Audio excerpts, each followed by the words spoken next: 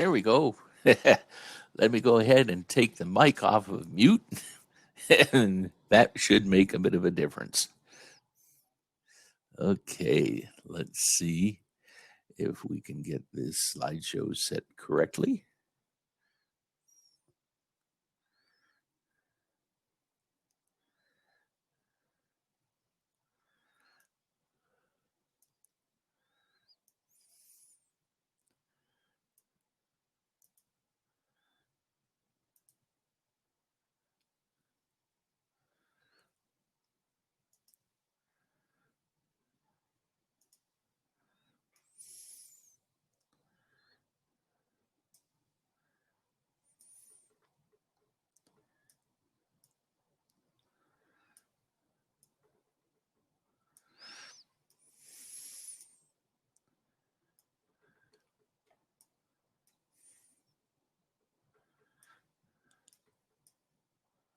Just about ready there.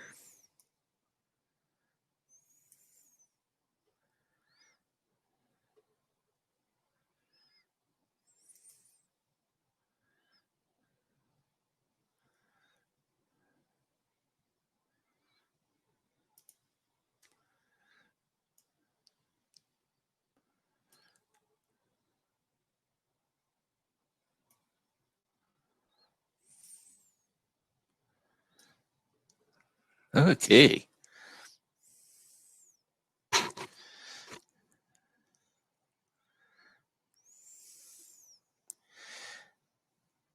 Can everybody hear me properly out there?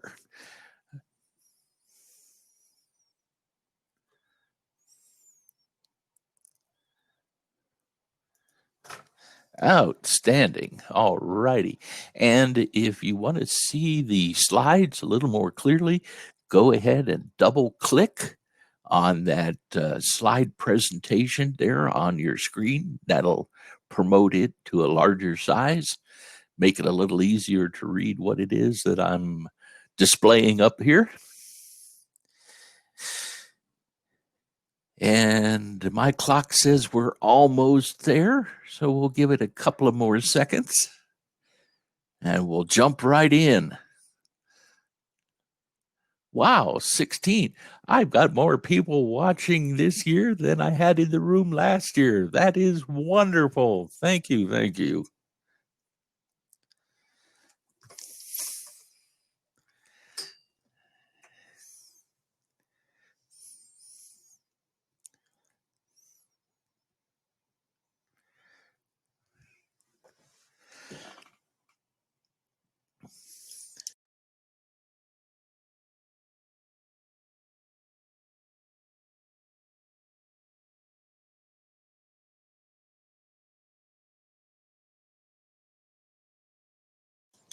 We have an echo? Oh, there we go. Hopefully, it's all coming through loud and clear. Wonderful. All right. Well, let's kick this pig. Off we go. A few of you probably recognize that reference. All righty. Who is this crazy person? This is Virger Dragon Wolf, a gray muzzle furry from the early 90s. Cooking enthusiast. I am not a chef. I'm self-taught, do a lot of reading and a lot of watching cooking shows online, that kind of stuff. But I'm very enthusiastic and happy to pass along the information that I've gathered from various sources to all of you. So I suspect a few of you folks have had a chance to do some sous vide cooking there at home. But for the rest of you, welcome to Cooking with Sous Vide. And what exactly is this strange new cooking thing? Well, let me get right into it. It's French for under vacuum, and it's a fundamentally different concept to cooking from your traditional cooking methods. Usually, a cooking method such as stove, oven, barbecue grill, that type of thing, supplies a strong thermal heat source, usually through radiation or convection, to your cooked ingredient to raise the core temperature to a desired goal. which means that you've got a lot of heat on the outside and you need to remove your ingredients from the heat when your goal is reached. Otherwise, they overheat and even burn. We don't want to do that. Sous vide, on the other hand, is an equilibrium cooking method. It's a precisely controlled heat source applied through conductive media, water, to your ingredients until equilibrium with the heat source is reached throughout the entire ingredient, which means that once equilibrium is achieved, you don't have to worry about yanking it off the heat in time to keep it from overcooking. You can keep it immersed and it will stay at that equilibrium temperature. It won't go higher. It can't overheat, it can't burn, but it can degrade a little bit. And we'll talk a little more about that, how that happens and why. But in essence, what you're doing is precisely poaching an ingredient in a regulated water bath, but the water never actually touches the ingredients because you have them sealed away inside either a plastic bag or a jar or a bottle or something like that. So why would you want to do that? Why would you want to soak a steak in the middle of the water? Well, it's hands-off cooking for one thing. Once you have your food in the water, you walk away. It's going to take some time for that food to reach the desired temperature.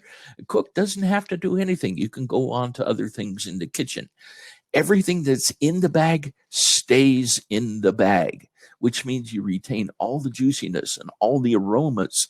The flavor of the food is concentrated and intensified because it's cooked within itself in the bag. You get exact levels of doneness, no chances of overheating, no chances of drying out, and it cooks uniformly from edge to edge.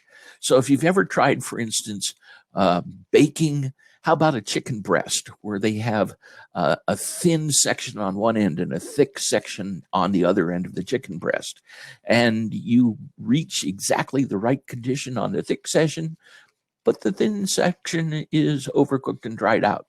You don't have to worry about that with sous vide. It's the same from side to side, edge to edge. It retains all the nutrition that was in the bag. So everything stays inside, and it's also safer for storage.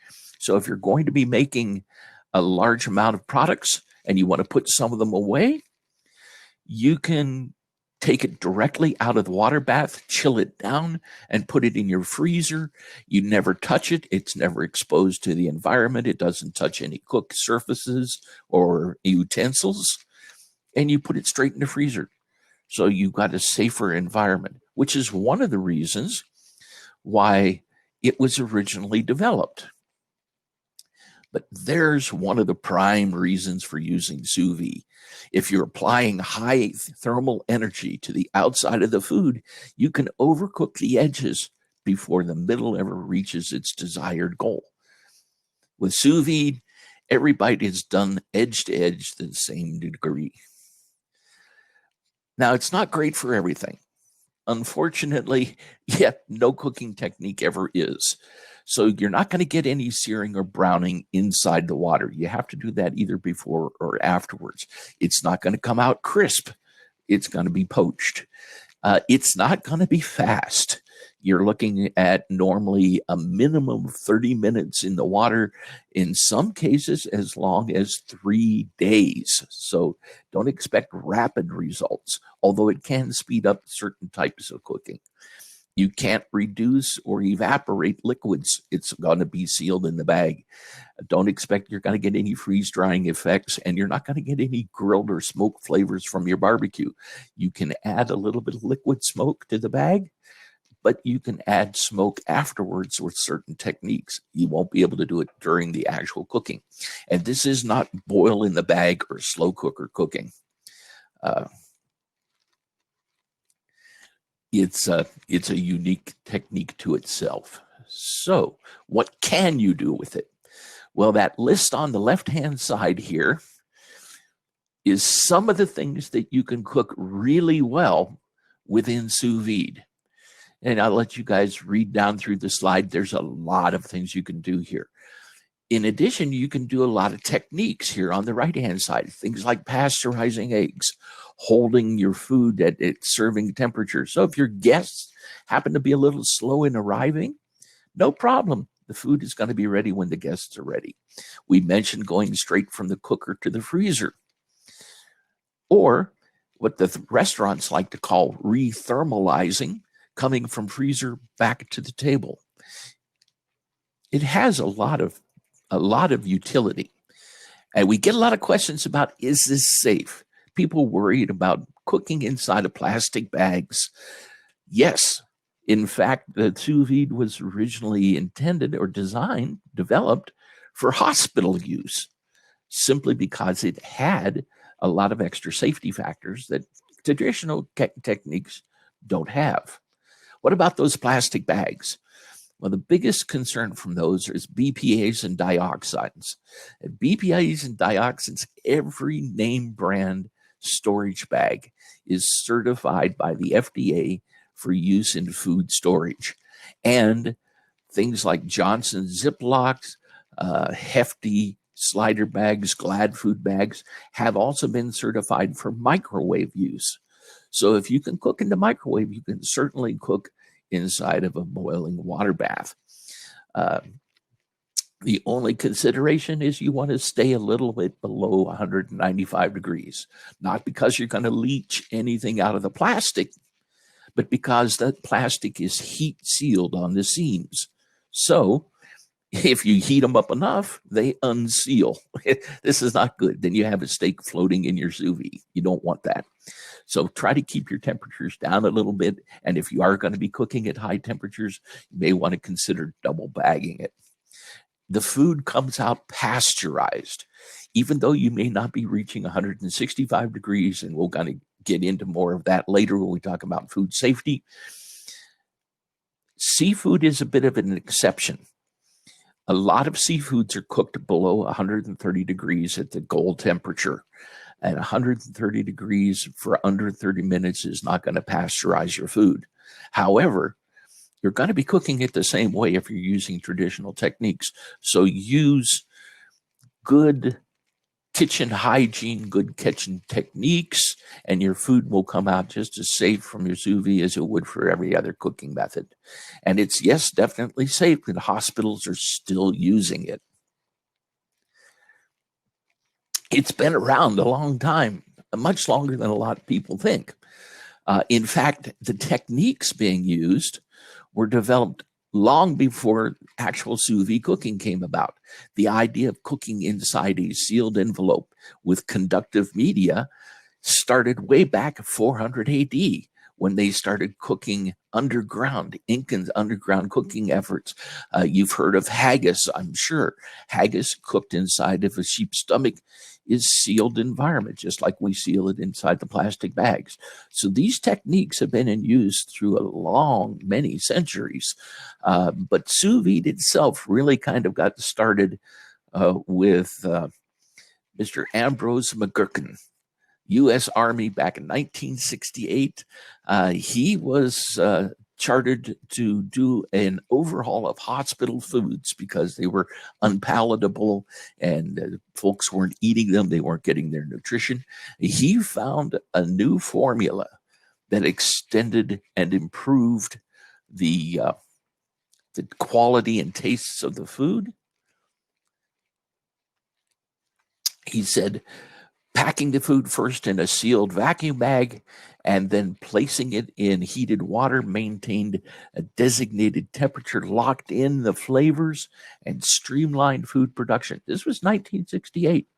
So it's been around a while, but it got a big boost on a TV show called Iron Chef when Mario Batali was defeated by Chef Dufresne in a molecular cooking battle where he featured sous vide on the show. A lot of people started looking at it. Now, some upper level restaurants, 3 or 4, 5-star places, had already started exploring sous vide for specialty dishes to set them above their competition.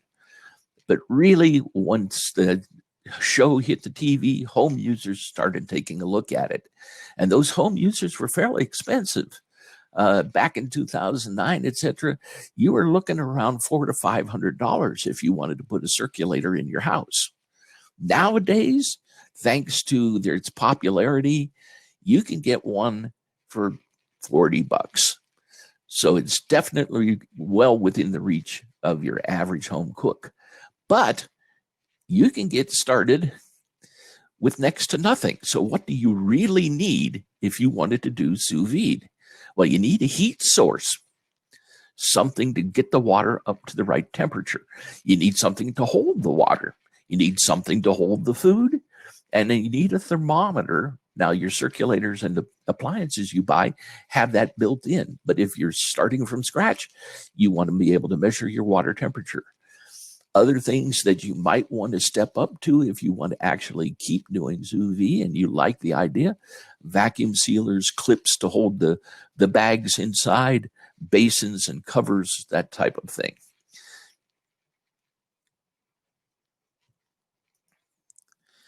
But there's the cheapest way if you want to explore it for pennies. Most of this you probably already have in the house. You need a thermometer and a source of heat, something to bring your water up to temperature. A good styrofoam cooler, fairly large size, because the larger mass keeps the water more stable. You can find one of those for under $5. The rest of it you probably got. And you don't have to worry about buying vacuum packs and those types of things, because you can use what's called an Archimedes principle to take the air out of the bag. Simply take your zip top bag or sealed food storage bag, dunk it in a container of water, and let that water conform the bag to the outside of your ingredient. Force all the air out of the bag, slowly lower the bag until the water is almost up to the lip, and zip the bag up. You've created a vacuum. And you can use this. In fact, I still use this for most of my cooking today and don't even bother using a vacuum pump. But what if you want to step things up? Well, the next level is actually getting a circulator or a heating device.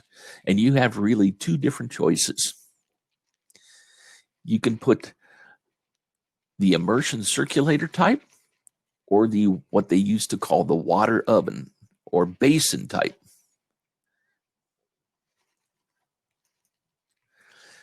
So most folks are going to look for the immersion circulator. Immersion circulators are very popular out there. You can use your stock pots. You can use your basins and things that you have around the house. You don't have to buy a special device. You don't have to have counter space for a water basin. What do you want to look at if you're actually considering buying an immersion circulator? We'll start off with the 4 P's: precision, performance, price, and power. And the precision, of course, is upfront because it's the most important. We're talking about precise temperature control. And you'll see these devices on the market that'll say, we have temperature control within 10%. Run, don't walk away. 10% at 150 degrees means you're going to have a temperature swing of 1.5 degrees at least to any side of the set temperature that you wanted. That's 3 degrees overall. That's the difference between medium rare and medium well-done steak. It's a difference between a nice soft-boiled egg with a runny yolk and a hard-boiled egg with a stiff and solid yolk. So make sure your precision is foremost in your considerations. 0.5 degree is about all the further you want to go. Greater precision is even better. Performance is your next thing you're looking for. Is it going to be able to bring it up to that temperature? Is it going to be able to maintain that temperature? A lot of these things will cycle on and off as they're maintaining the water temperature. How far is the temperature going to swing between the time it turns on and the time it turns off? Is it going to be reliable? Are you going to buy a device for $100 and have it fail within 3 months? Those types of things are certainly high on your consideration list. And that kind of comes with price. Be careful in the price market if you're looking for the lowest price item. There is, I'm sorry to say, a lot of Chinese junk out there in the sous vide market. In fact, if you go out on Amazon, you will find out that there is a lot of different sous vide devices that look identical in the pictures, but seem to be built by different manufacturers with different names and different model numbers. Well, that's because a lot of those things are pretty poor performance. They'll throw it out on the market. They'll get a bunch of people to buy it. And then they start getting reports about unreliability, bad precision, bad temperature control, early failures. And so they changed the name and they put it back out on the market again under a different product. And they get a new raft of people buying a new product, which is the same thing that was failing before. So kind of watch out for that and do your diligence when you're doing your reviews on that. Power, on the other hand, is actually not that big of a consideration unless you're doing commercial cooking. Anything over about 750 watts is going to work really well for home use. Those with more power mean that you can use larger basins with larger volumes of water, and they'll bring them up to temperature faster. But really, if you're talking about a cook time that's going to take 3 hours to start with, an extra 15 or 20 minutes to bring the temperature up isn't that big of a deal. So 750 to 1200 watts is a pretty good power range for any home device. Other things to consider is the type of displays. Let's pop back over to that pictures earlier. Bing, you can see here that you have very different types of displays on these units. In fact, some of them don't have any displays at all. You want a display that you can read easily. Some of these are illuminated, and some of these are LCD screens, which means you have to have lights on in the kitchen to read them. So take a look at what type of display it is. Can you see it? Can you read it? Can you understand it? That goes along with the controls as well. Can you manipulate the controls? Are they easily understandable? Do you have to fumble about when you're changing the temperatures or the times or converting it from Fahrenheit to centigrade? All of those are considerations about how you're going to make this thing work. Those are, you want something you're going to be comfortable with. Now, talking about displays, you notice Wi-Fi and Bluetooth down here.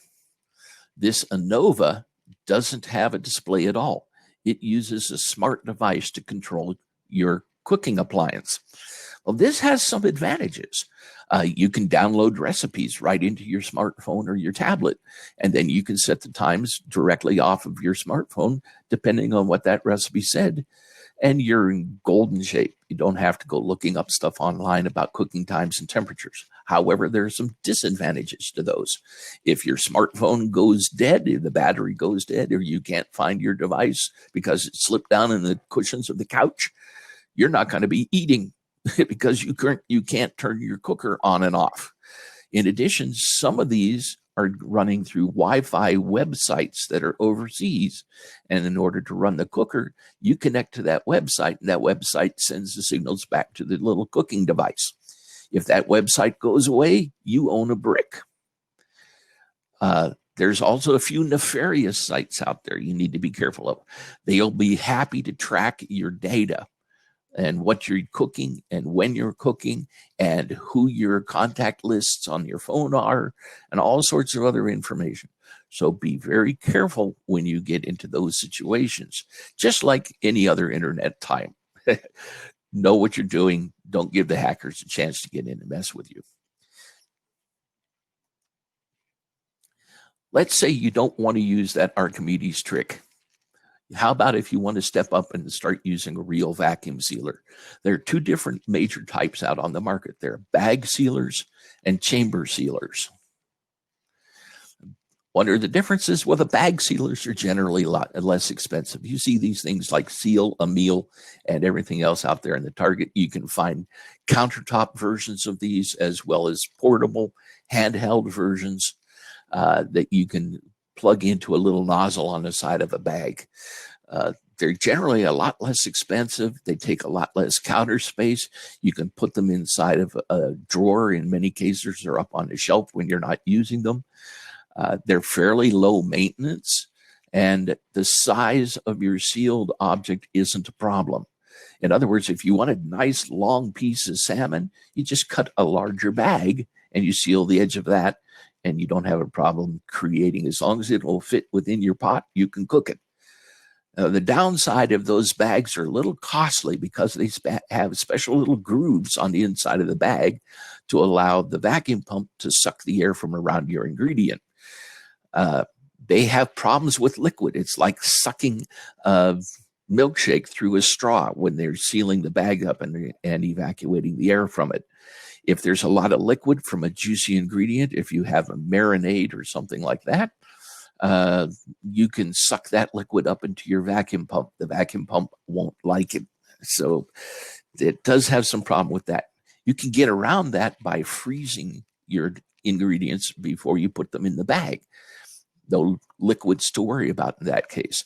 And really, freezing doesn't change the time in the water by more than about 10%. They're also consumer grade devices for the most part, which means that, yeah, you have to let them rest between sealing sessions. You can't run a whole bunch of product through it at one time without them overheating. They're probably not going to be quite as reliable if you're going to use them over a longer period of years. Chamber types, you have a much better seal on the bag. You can draw the vacuum to a higher level. They don't care about liquids. They'll handle liquids as easily as solids. You can seal soup in a bag and they don't care.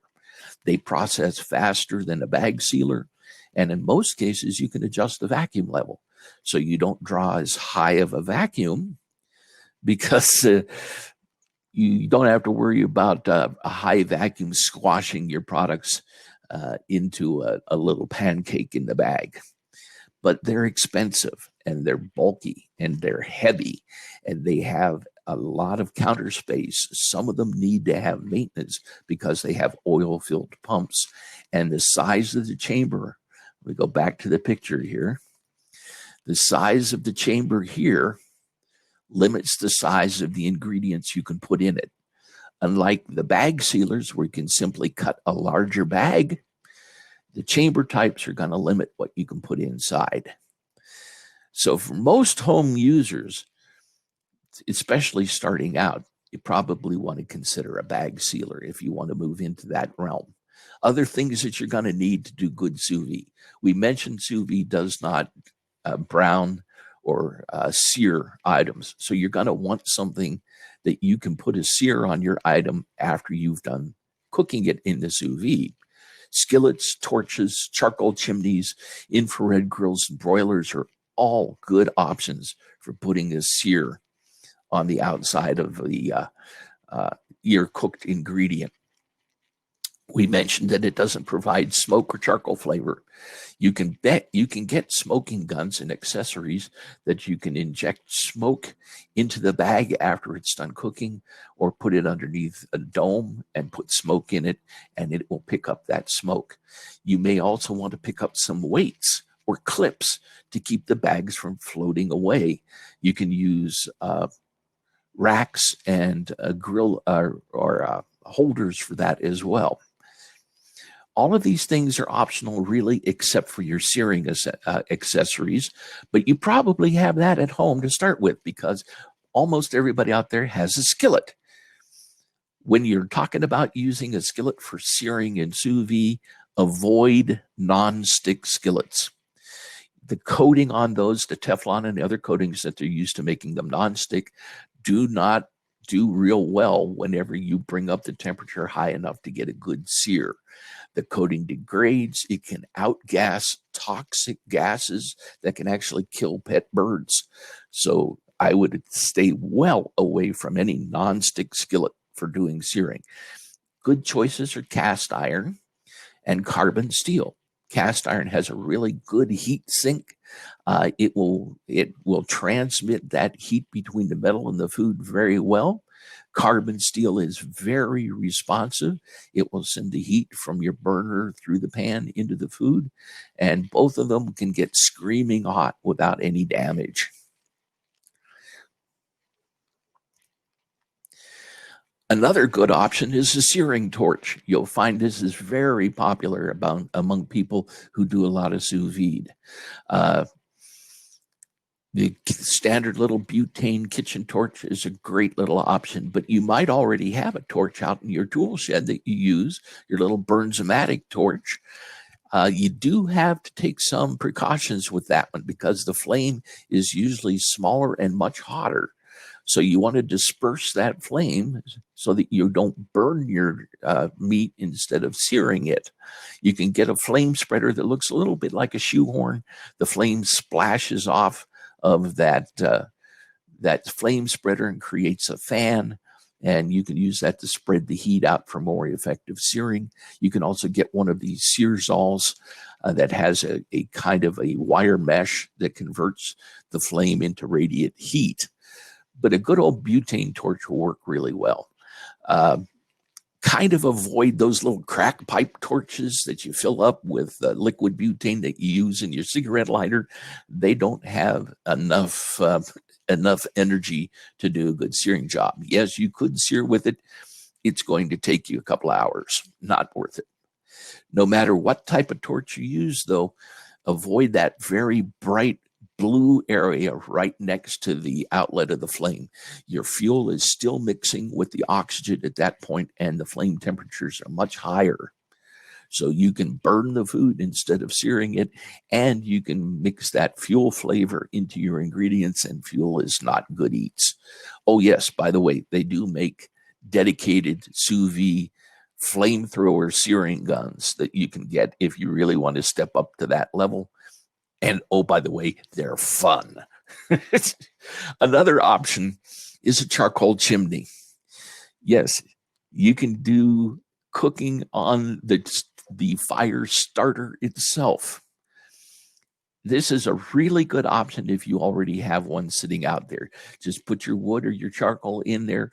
Kind of avoid the self-lighting charcoal if you can, the rapid light, because it has the charcoal lighter kind of infused in the briquettes. If you do use that, make sure the briquettes have a nice white coating all over the briquette before you put your food on it. These things are wonderful. They heat really well and you can get a great sear, but make sure you're using a real charcoal grill on top of this little chimney, because if you use one of your little cookie cooling racks for cakes and cookies, once you take them out of the oven, those things are a little too fragile. You put one of those on top of the chimney and they melt. Not a good thing to have with your food. Whoops. And the last option, if you really want to step up to it, is one of these infrared broilers. You can get standalone versions, and you can get the kinds that will sit on the side of your charcoal grill. In fact, some charcoal grills have them already attached. Yet they work out very nicely, but they're not necessarily cheap. And these standalone broilers often require professional installation because they're going to use fuel like natural gas or propane. They have to be vented if you do use that. The countertop electrical versions make certain that your electrical system can handle it.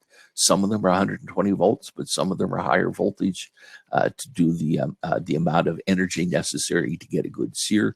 But these things will get up to 1500 degrees and more. So they do a great job. They are really beasts, but they're not cheap.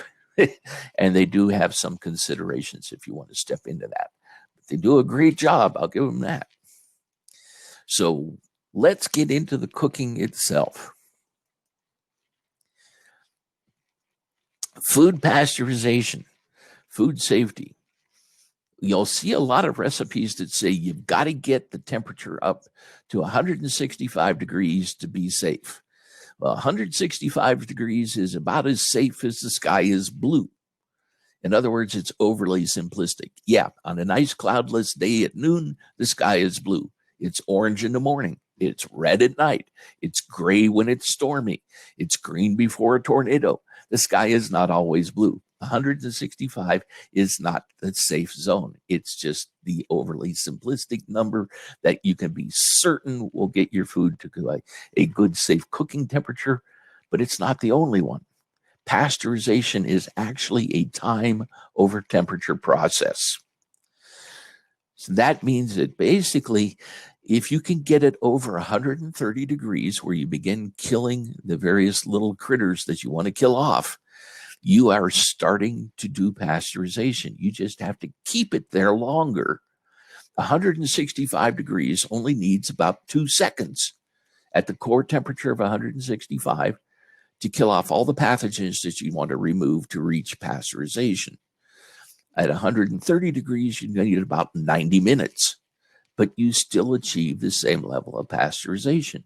So if you're looking to cook to medium rare, or if you're looking to cook a piece of chicken that you want it to remain nice and juicy and tender, you can get it exactly the same safety level at 140 or 145 degrees by just maintaining that core temperature at that temperature for a set amount of time. Lower temperatures, longer times, but sous vide can let you keep it at that temperature. You don't have to worry about overcooking. So you can achieve pasteurization with sous vide at different eating temperatures. Now, cook to serve. If you're going to cook to save, in other words, you're going to take it out of the sous vide, chill it, and put it in for future meals, you really want to hold it at that set temperature in the middle for a little bit longer to make sure that you've effectively killed all the pathogens off, because you want to go straight into storage. And even if you can lower the temperature to 29 degrees, those pathogens can still breed. So they will continue to breed in your freezer. They just do it really, really slow. So the more of them that you kill off before you put it in the freezer, the better off you are. To be safest, eat and store your food within 4 hours of taking them out of the sous vide. If your temperature is under 131 degrees, you probably want to eat it in less or store it in less than 2 hours. If you can get it over 131 degrees, you want to do it within 4 hours. Now, not every temperature, not every ingredient is going to cook to over 130 degrees. We talked about fish. A lot of fish will cook to 120 or 125 degrees. But for those things that you're getting over 131, you want to get them up there in less than 4 hours and keep them there long enough to pasteurize if you're going to store it. Consider 135 degrees is about the lowest threshold temperatures if you're going to be cooking ground meats. Remember, the pathogens exist on the outside of the objects. They don't bury their way into the middle. So when you're cooking a steak or you're cooking a chop or a roast, as long as you get that outside edge at the higher temperatures, you're killing those pathogens off. But when you grind your meat, you're taking that outside and you put it in the middle. So you want to make sure that you're getting the middle temperatures up high enough to destroy those pathogens for safety. If you're going to chill it, if you're going to store it, chill it quickly. It's already sealed in a food-safe bag. So put it in a little ice water container. That'll pull the temperature down really quick. Don't sit it out on the counter and let it come to room temperature before you put it in the refrigerator or the freezer.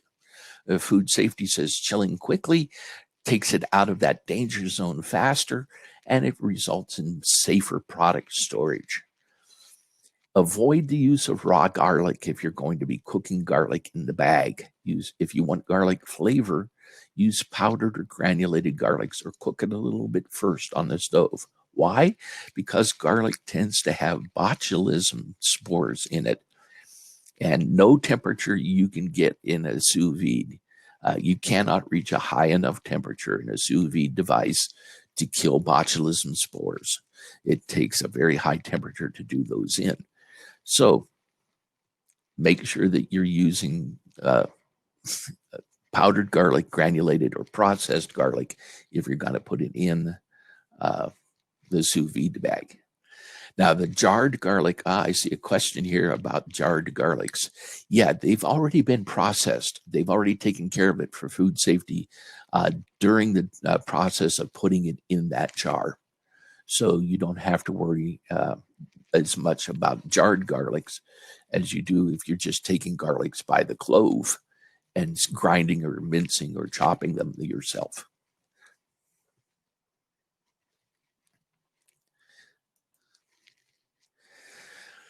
So how do you cook sous vide? Well, here's a checklist that applies to just about every meal you're going to make. Check your recipe, know what you're going to do before you get started.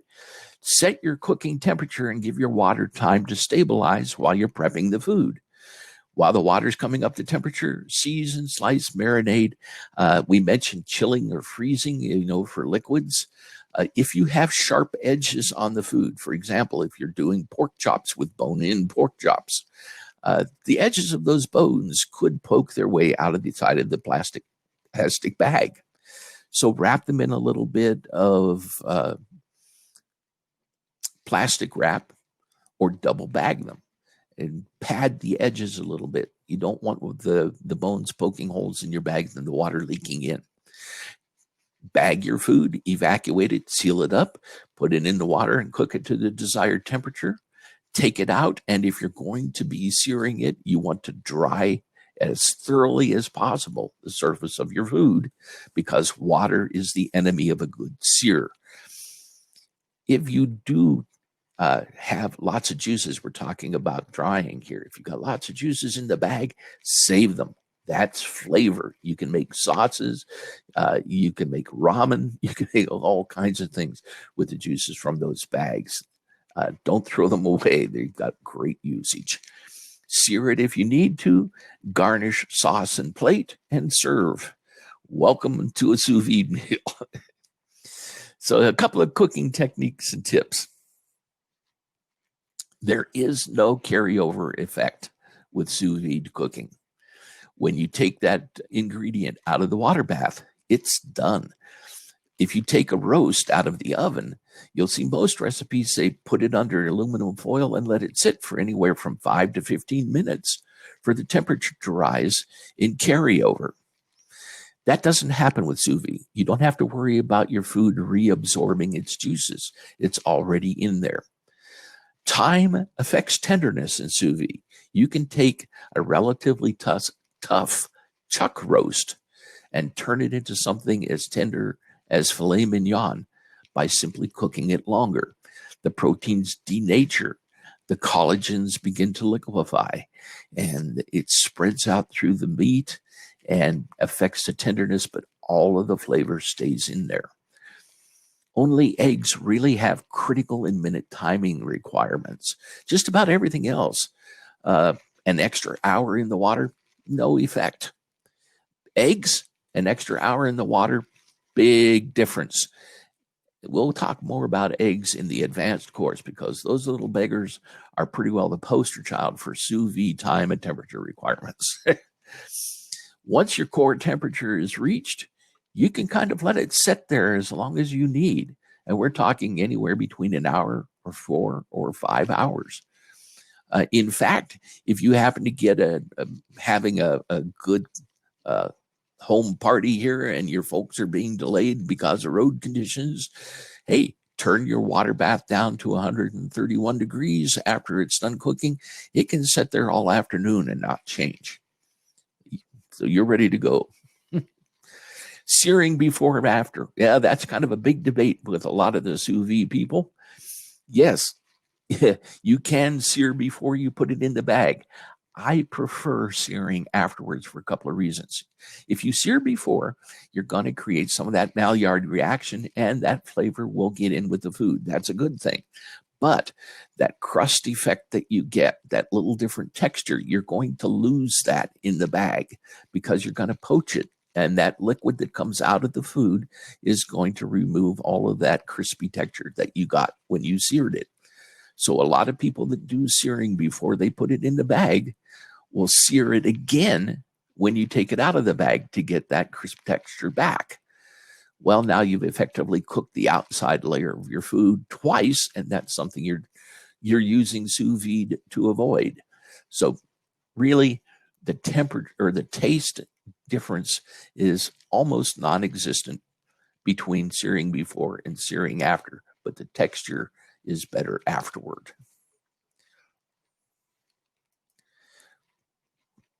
Steaks and chops. Let's talk about cooking a few different types of ingredients.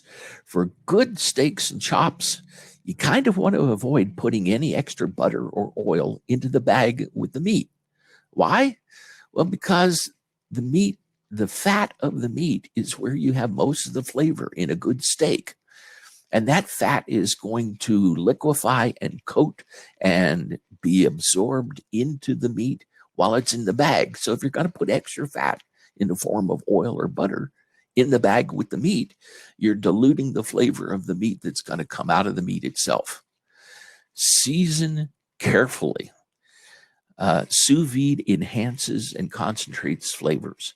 So if you put a lot of seasoning on the outside of your meat, the same way you were going to do it in an oven, you might find that it's overly seasoned when you put it in a sous vide. Start with underestimating the amount of seasoning you need, and then learn from experience how much more you need to add. You can continue to marinate as you desire, but you probably don't want to put marinades in the bags with a good steak or chop, just for the same reason we mentioned about oils and butters. For roasts, a lengthy cook time, expect to see hours worth of cooking time, and on a bigger roast, even days, 24 hours to 48 hours for a cook time for a large roast is not unusual. But you're going to get amazing results when you do.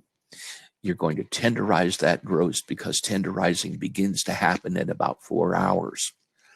So it's wonderful results when you do that.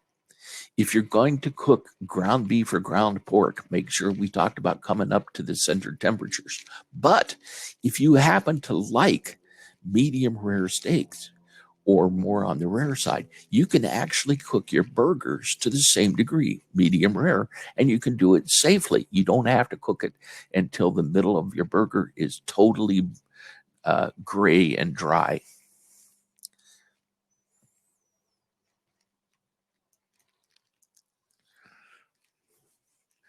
Poultry. A lot of people like to brine their poultry first. Poultry tends to dry out under traditional methods. You don't have to worry as much about that with a sous vide because all of the juices are going to stay in the bag, and you're going to cook them to a little lower temperatures if you're doing it right. Responds really well to cooking marinades and sauces and spices or flavors because poultry has a relatively mild flavor to start with. In this case, you can put your marinades and sauces in the bag with your ingredients. It will concentrate and infuse the meat that way. You do want to look at different times and temperatures between the dark meat and the white meat. Now, if you're cooking them on the stove, you're also looking them the same way. Their dark meat and white meat respond differently. For chicken, breast meat, 140 to 150 degrees. For thighs, 145 to 155. Note, both of these are well under the 165 degrees that you often see as required for poultry. Now, I know brining will give you some wonderful flavors, but you can add a little bit of that flavor into the bag itself. So you don't have to allow the chicken to sit in a refrigerator for hours or a day or overnight before you put it in the bag, and you can still get very similar results. You basically brine in the bag. Well, you're not really brining, but you're flavoring it in the bag in the same way. Turkey and chicken cook almost virtually the same way. Duck and goose, on the other hand, their meat responds a little different from chicken meat. So you want to cook it slightly shorter time at slightly lower temperatures. Pulled pork, poultry, yes, pulled chicken. I like pulled pork too, yes. But pulled chicken, if you want to get the traditional stringy textures and results and the flavors of pulled chicken, you're going to have to run it at higher temperatures for longer times for those proteins to kind of string out, reduce, and tighten up and create the types of strings that you associate with pulled chicken. In addition, the collagens will coat the protein strings, and you'll get that pulled chicken type of texture. So for breasts, 155 degrees for 4 to 6 hours. For thighs, yep, we're actually up there at 160 to 105 or 165, but for 8 to 12 hours for that. But yeah, the results are wonderful when you do. Now, fish and seafood are wonderful candidates for sous vide. They cook at lower temperatures, but you don't have to worry about drying them out. You get really silky textures, delicious, flaky, juicy fish. You can still sear afterwards, and we'll talk a little bit about that. You can sear afterwards to get that crispy skin if that's the way you want to serve your fish. Octopus is a bit weird. Octopus is a strange beast. It gets more tender as the temperature gets higher. So we'll talk more about the actual temperatures, cooking techniques and stuff in the advanced course. But just safe to say that shrimp, shellfish like lobster and crab, scallops, octopus, and squid all cook really, really well in sous vide. You get some marvelous results and textures. For fish, you might want to consider a dry brine or a dry cure, which is equal parts of sugar and salt. Rub that about the outside of your fish and let it sit in the fridge for an hour or two. That salt and sugar mixture will get into the fish and tighten it up a little bit, pull a little bit of the water out of it, and it reduces that white albumin that you sometimes see when you fry fish that kind of exudes from the edges of the fish. It also improves the texture and does great flavors. Fish and seafood is another wonderful candidate for flavors in the bag. A little bit of butter, a little sprig of thyme, tarragon, some slices of lemon. Wonderful, wonderful results in the bag that way. And something that you can do that fancy restaurants have been doing is poaching fish in olive oil. They take a large container of olive oil, bring it up to low temperature, and they put a piece of fish in it, and they allow it to poach gently in that olive oil. Now, it creates wonderful, silky, juicy results when you do that, but it also creates several quarts of olive oil that taste like fish. If you're going to be doing a lot of fish that way, like a restaurant does, no problem. You're going to be putting more fish back into the fishy flavored olive oil. If you do it at home, you now have a quart of very high priced, very high quality olive oil that you don't want to use for anything else. So take your sous vide bag, put a couple of tablespoons to a third of a cup of a high-quality olive oil in the bag, seal it up, and you do oil poaching in the bag with only wasting a couple of tablespoons worth of oil. Wonderful, wonderful results. Veggies are wonderful candidates for sous vide and very simple to make. They're a great starting ingredient if you just want to test it out. The starches and the proteins and the enzymes convert into sugars, but the cell walls don't degrade until the temperature gets much higher, which means you get these wonderful, sweet, flavorful vegetables that still have texture. They don't turn to mush. You don't throw away the nutrition in the boiling water like you would if you boiled it on a stovetop. Potatoes, oh, you want the most marvelous mashed potatoes you've ever tasted? Put the butter and the milk in the bag with the potatoes when you sous vide it, and then just squash them up in the bag and pour them out. Wonderful. The potatoes infuse the butter and the milk with the potato flavor, and the butter and milk infuses the potatoes, and it all stays together. Really, really nice results with mashed potatoes and other vegetables there. And you can really sous vide just about any type of vegetables, from garden vegetables to root vegetables like carrots and parsnips and those types of things. So you have a lot of good options with the sous vide vegetables. Eggs. Now, these little beasts we're going to talk about more on the advanced course, but more than any other food, egg is a poster child for time and temperature cooking. Why?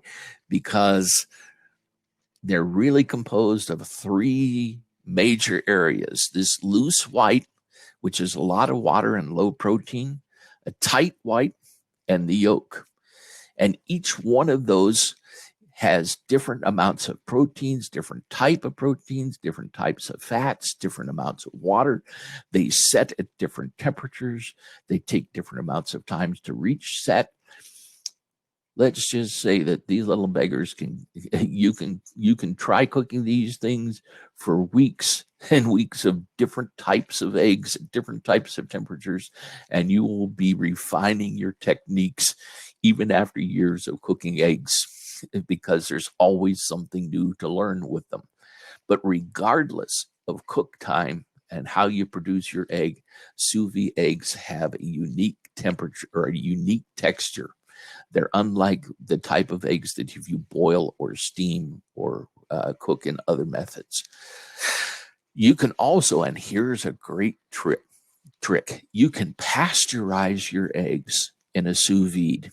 For those people that have compromised immune systems or are worried about salmonella, or have pregnant people and they're worried about the pregnancy in their child, you don't want to eat a raw egg, but you love the taste of raw cookie dough or custard or meringue or eggnog, and all of which have the raw egg in there.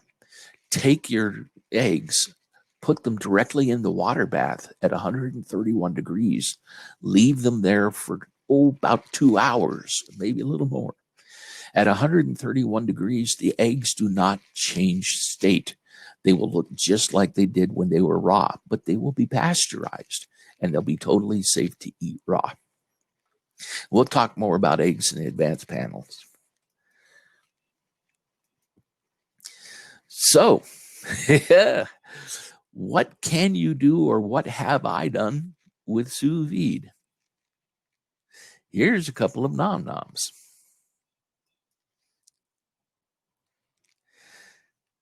Some sous vide salmon with crispy skin, a nice poached sous vide pear.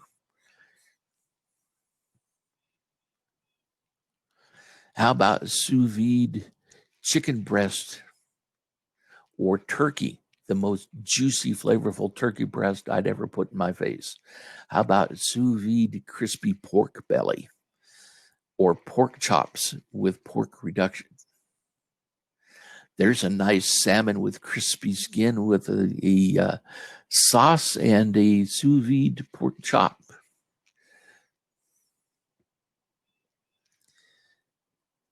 And that was a beef Wellington that was made with a chuck roast instead of tenderloin. And I got to tell you, that was the most wonderful Wellington I'd ever eaten, because it had all the flavor of that nice, rich chuck roast, and it was as tender as a tenderloin. It was wonderful. Now, you can see from some of those pictures that sous vide is not always the end result of your cooking. You may want to take it out and do some searing and some extra work. So it's a intermediate step for your food. But you can certainly use it just as you would searing something and putting it in the oven with intermediate steps there, and create some wonderful, wonderful results.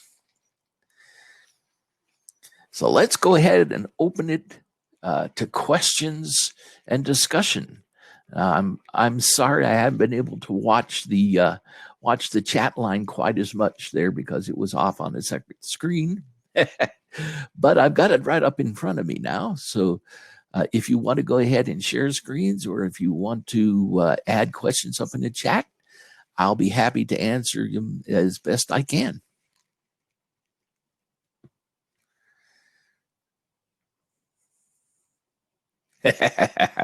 When's lunch?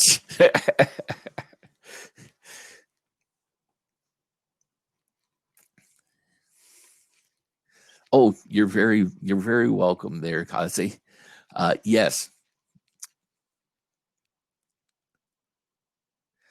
Pan sears. Yes. Quick idea on the pan sears. First of all, start off with a very dry product. Make sure that you want to, make sure that you have patted it dry of any moisture that you might have picked up in the bag. Make sure that the surface that you're going to be searing on is nice and hot. You want to impart a lot of temperature quickly because remember, your food is already cooked. And when you are searing it, you don't want to cook it further. So yes, high temperatures, dry food gets the greatest amount of sear. Don't over sear it. You just want to kind of coat or color the outside. You're not trying to cook it all the way to the beginning. Oh, sure. Go right ahead. Miss Strawberry. Hi. Hi, welcome. Sorry, I'm in the middle of doing my makeup, so typing was a little hard because I've got panels. So you were talking about pasteurizing eggs for people who are autoimmune compromised? Yes, ma'am. So does that kind of apply across the whole genre of meats too, as well? Is that something that it's... I'm strictly celiac, so I'm looking for new ways to enhance my diet a little bit more than chicken nuggets and mac and cheese.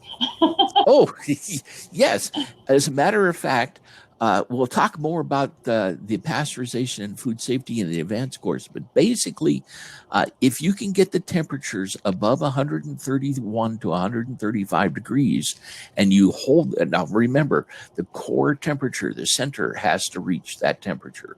So give it enough time for the temperature to reach equilibrium from the outside to the inside, and then hold it at that temperature for the amount of time necessary to reduce the pathogens. You can pasteurize at any temperature higher than 131 degrees and still have food safety.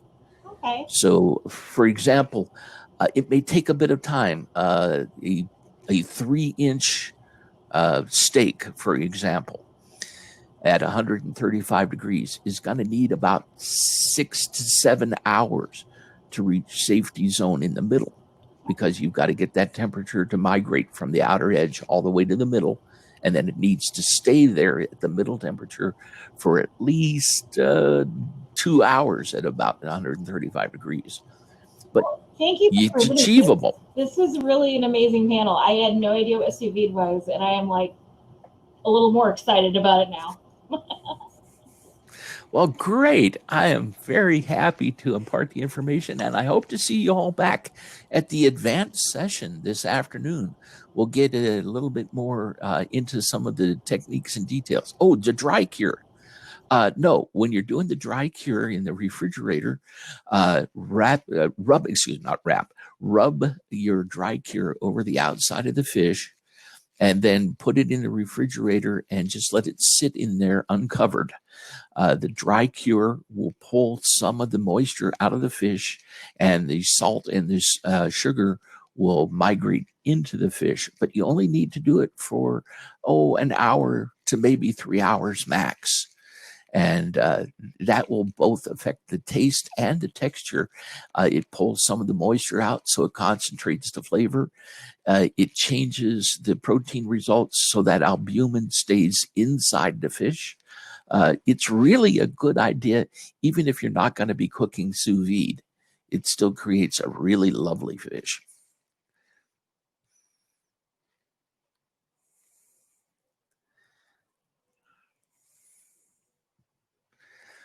Okay, I hope to see you all back at the 3:30 panel this afternoon.